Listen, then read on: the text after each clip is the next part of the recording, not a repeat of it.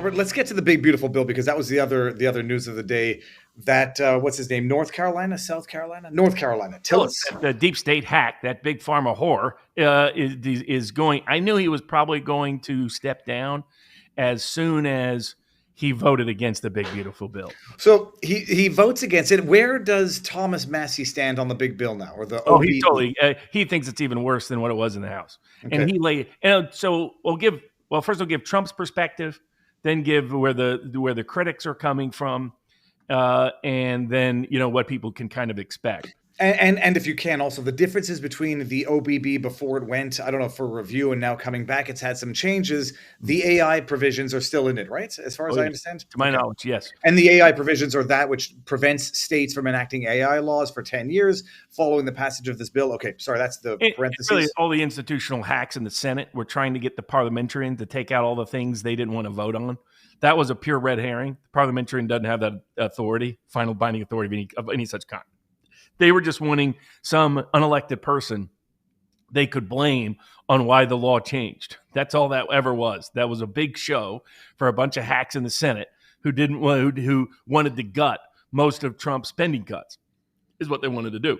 Now, the reason why Trump is for this is twofold. I should say threefold. First, he needs the tax cuts made permanent, or at least extended, the ones he passed in 2017. Otherwise, a massive tax hike was incoming. This is the reason why over at Sports Picks, I said this bill will pass in some meaningful form by the end of July. They were saying the odds were maybe in August, maybe it never passes. Like there's no way they're going to allow the taxes to spike right back up to 2016 rates again.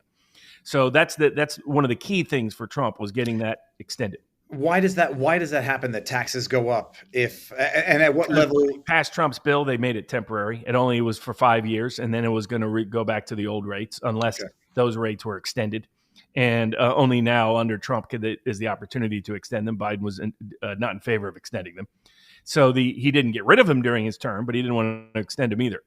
And so it's up to Trump to get them extended. Otherwise, everybody was going to face a massive tax hike. I mean, this is why the big beautiful bill, that part of it had to pass, or Republicans were in deep trouble, because all of a sudden everybody gets a massive tax hike. They don't expect that with Trump being president. So that was priority one. Priority two was massive increase in immigration enforcement. Even some of the Defense Department budget is actually for immigration enforcement. So, and you're talking about massive. You're talking about 150 billion, plus. I mean, it's huge amounts of money to really make possible the manpower needed to actually enforce his intention of deporting illegal immigrants, particularly those that are criminals or dangerous or have gang affiliations or already been ordered removed, and those high priority ones. And that was already working. It already got over. He'd stopped the bleeding at the border. People had stopped coming across in major numbers. He'd got 1 million people or so to self-deport. It was those people exiting the workplace led to real wage increases. In other words, wage increases above the cost of living and above the customer price index, and real job gains for native-born American workers, first time since last time President Trump was president. So he needs that money to make that possible, to finish the wall, and to get the law enforcement authority and the law enforcement personnel that are needed, given that they're even strapped even more now when there's protests and riots wherever they're going to try to enforce the law, where there's all these saboteurs in sanctuary cities. So they really needed to up their personnel. That was the second key component for Trump. The third key component is part of his industrial policy. This part has been kind of overlooked a lot. So a key part for Trump is tariffs are just one part of his industrial policy. The second part is giving major incentives for people to invest here, and particularly to develop factories that manufacture real goods, high-end goods. So part of this he's doing with the AI, part of this he's doing through crypto legislation that's separate, the Stable Act, the Genius Act, et cetera, stablecoin laws, the Genius Act laws, Clarity Law, et cetera. But another big part was creating all these tax benefits if you build factories right here in America. And he needed that in now, because then people could use that as part of their investing decision-making. So those three components were critical for Trump, and those are the three components that are still in the bill. Now, other aspects were of secondary significance to Trump, but most of them are still in the bill. This includes no tax on tips. Now, they've watered it down, so we'll see what it ultimately ends up being. How much of there's at least some portion of a no tax on tips being passed.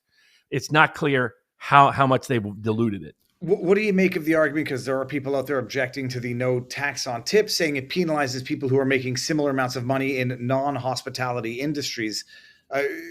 I'm for less taxes, period. So, if it's less taxes, good. The argument that, hey, this person over here is still getting screwed is no argument for still screwing this person over there. You know what I mean? So that's my take. And I think it's most voters' take. That's an incredibly popular position that he made, particularly amongst working class Americans and younger working class Americans, especially. Remember, that was where his big inroads. Pew Research did a big data dump that had voter validated survey evidence about who swung the election. And of course, if you've been watching Richard Barris and I, you would have been able to predict what that report said this week. You would have predicted it 2 years ago, because those exact constituencies, millennials and Zoomers, minority millennials and Zoomers especially, shifting in mass amongst working class voters. No tax on tips is great for that group. No tax on overtime is great for that group. Now, once again, you leave it up to the rogue senators, because the people that get tips don't make big donations, because the people who work overtime don't make big donations. The senators don't care about them. And only because, Trump's publicly campaigning on it and efforts to push them has there been any tax relief in that capacity. But there again, they watered it down and convoluted it. So I'll have to look at the final language. The clerk had to read it for 16 hours straight because Schumer doesn't want Trump to get the bill on July 4th. So before July 4th, which was what he wanted. It's just, it shows you how petty Schumer is. But there is at least some tax relief for people who get tips, some tax relief for people who get overtime, and some tax relief for both families and for people who receive Social Security. It's not precisely what Trump wanted, but at least it's a step in the right direction. So for Trump, and then the last but not least was reducing. What happens is a lot of states extend Medicaid, the state version of Medicaid, to illegals. And so the bill included some penalties in effect, that you're going to get less money for your Medicaid program if you continue to provide state subsidies to illegals. It's not clear. At least some of those cuts are still there, but it's not clear how much. Because they were trying to gut it all. They're using the parliamentarians to say that a rule required that cut not be included. Apparently, most of it is back in. Not crystal clear, though. They were supposed to finally cut off funding to Planned Parenthood. Not clear if that's still in the bill or not, the final one. I didn't sit there and listen for the 16 hours that it was being read in the Senate. So we'll see, and we'll also see if there's any, the House has got to be sort of up or down on this vote in order for it to go up to the president. I think Mike Johnson has enough discipline to do so. It barely passed last time. Massey will still be a no. He doesn't. I'll get to why the Libertarians don't like the bill. Elon Musk is a strong no, and some others. Rand Paul remained a no. Initially in the Senate, the only people who joined were Tom Tillis and Ron Johnson with Rand Paul. All the other Republicans stayed in line and voted for it. There had been rumors and ruminations that Lindsey Graham and others were not going to allow the bill to get to the floor, to get through, unless Trump delivered on some sort of attack on Iran. Trump is, whether that's the case or not, we'll never know. But the timing sure does look interesting from just a speculative perspective, whether they were trying to hijack the bill for those purposes. Hold up. Go ahead. Let your audio catch up. I think something's happening where your audio, it goes wonky, but now it catches back up. Sorry, I just wanted to stop you. I think it's good. Oh, yeah. That happened the other day where there was an internet thing where I think I was watching myself and I could hear myself before my lips were moving. Well, no, it seems to be like I see it, I hear it happening, and then I'll take the opportunity right now anyhow to bring up a $10 super chat. Iran's had thousands of years of teaching killing Saturday people, then Sunday people. They are nuts. You can't let them have a nuke. They will use it. Trump was right to stop them. Okay. Not getting back into it, but sorry, go on with the one big beautiful bill. The assumption that they would use nuclear weapons is that they're irrational. And that because if they were to use nuclear weapons, they would be wiped off the face of the earth with a nuclear counterattack. So the assumption is that they don't care about that. And the problem with that is if that's the case, then they wouldn't have stood down in the way they did. Not just that, and it's not to defend Iran, and there's no but. Clearly something else is going on. Not as irrational as some people pretend. Well, And they've got 15,000 Jews living in Iran. It's got the biggest population of Jews outside of Israel in the Middle East. And if they want it to be genocidal, they have a captured audience to do that. Right. Sorry. I think most people who evaluate it think they want nuclear weapons as a deterrent to be able to continue to do what they do. The main criticism of the original Iranian deal wasn't the deterrent factor. It was that Iran was using the funds that were released to them to fund Hezbollah and Hamas, and that the net effect of that was that it led to October 7th. That's the criticism of the Obama deal. That, for the most part, there was some other criticism too, but we'll see how all that turns out in the end. But so for Trump, this gets him 90% of what he wants, and he gets him what he has to have. And that's why most of the Republicans were going to be on board. The only Ron Johnson originally voted no, and that's why J.D. Vance was coming down and looked like Vance was going to have to break the tie. Johnson swung his vote back in favor of the Trump bill. Ron Johnson is an old budget hawk, and so for budget hawks, they want to get the budget under control. To them, the public debt is the primary factor that we should be focused on. Johnson ultimately backed down at the president's urging,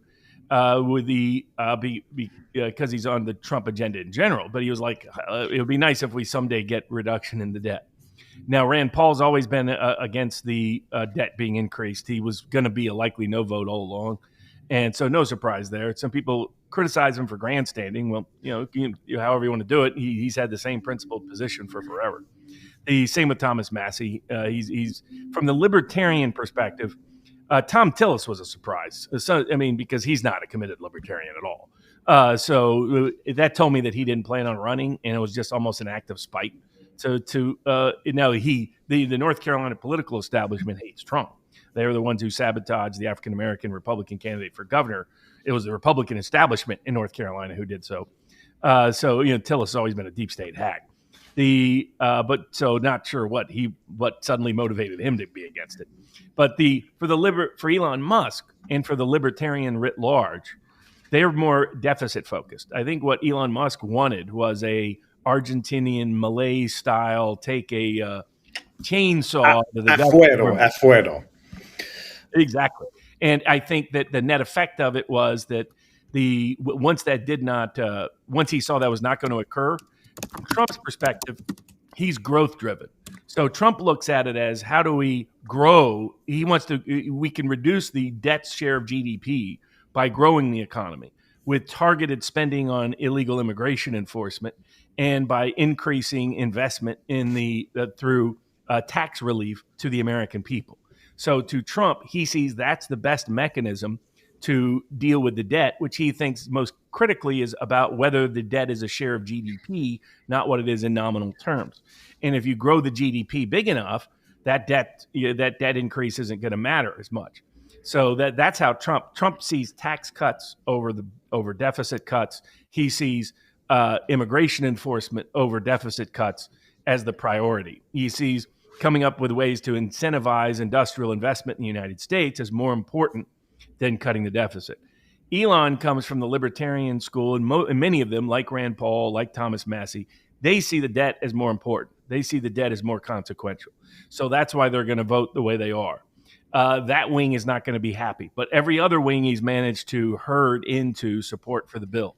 So the bill is going to pass. It's going to pass in its current form in all likelihood, and it likely is going to pass rather sooner than people may think. And Trump will get what he needs in terms of taxes, in terms of investments, in terms of tariffs, in terms of immigration enforcement. And the libertarians will be unhappy, but they were unhappy on a range of policies anyway. So that ship. But he had a trade-off. Often politics is binary choices. It's not the ideal.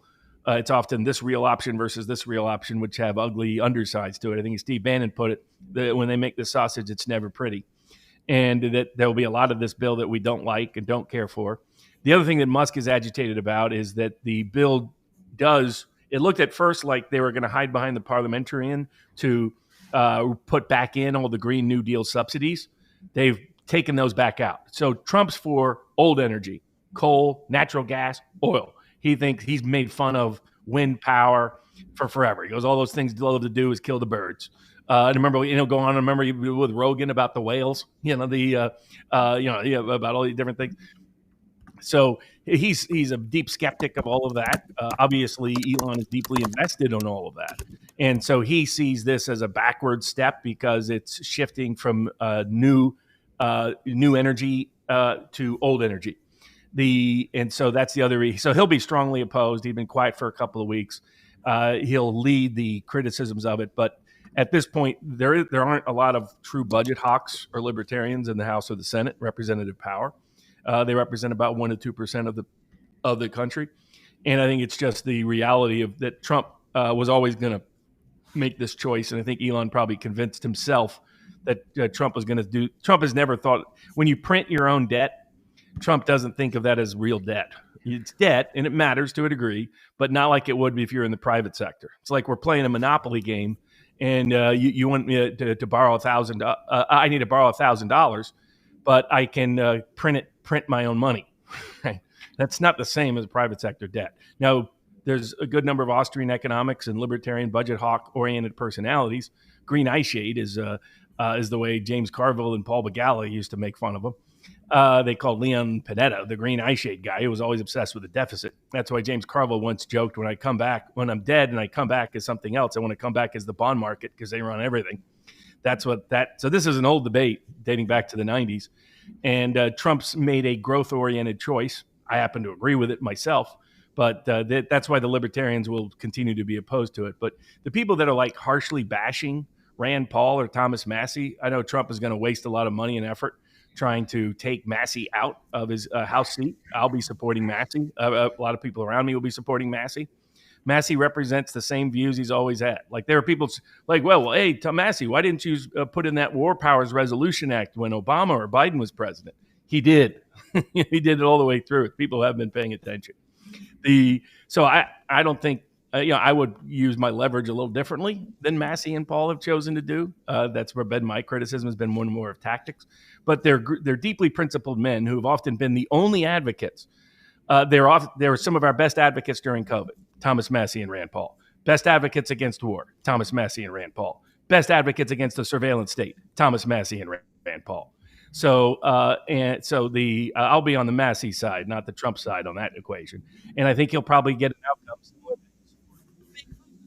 He never did become a senator from the state of Alabama. You went out there for a second again, but two things. So Tillis, Trump said he's going to try to primary Tillis. Tillis is not, or primary Yeet in the next election. Now he announced he's not going to run in the next. When is that going to be? That's going to be 2026? Yeah. Massey's up right away. I mean, Massey's up every 2 years. Tillis is up. His term is up 2026. So that'll be an open seat, and talk is that Laura Trump will run for it. Okay, very cool. How long is this beautiful bill in effect for? Because I forget what the reconciliation bill. How long is it going to? Tax cuts it's unclear to me. They were supposed to be made permanent. Some other people are saying it's not really permanent. It's 5 years or 10 years. So that all they did is kick the can down the curb again. I'm not sure if that's the case or not. I haven't read I always wait to read the final bill when it's all put together. I follow the debate to see what they're talking about being in and out. But the goal is that once at a minimum, it's there for the rest of Trump's term. So he doesn't have to fight all over again to get these tax cuts next time around. Doesn't have to fight all over again to get the immigration funding he wants.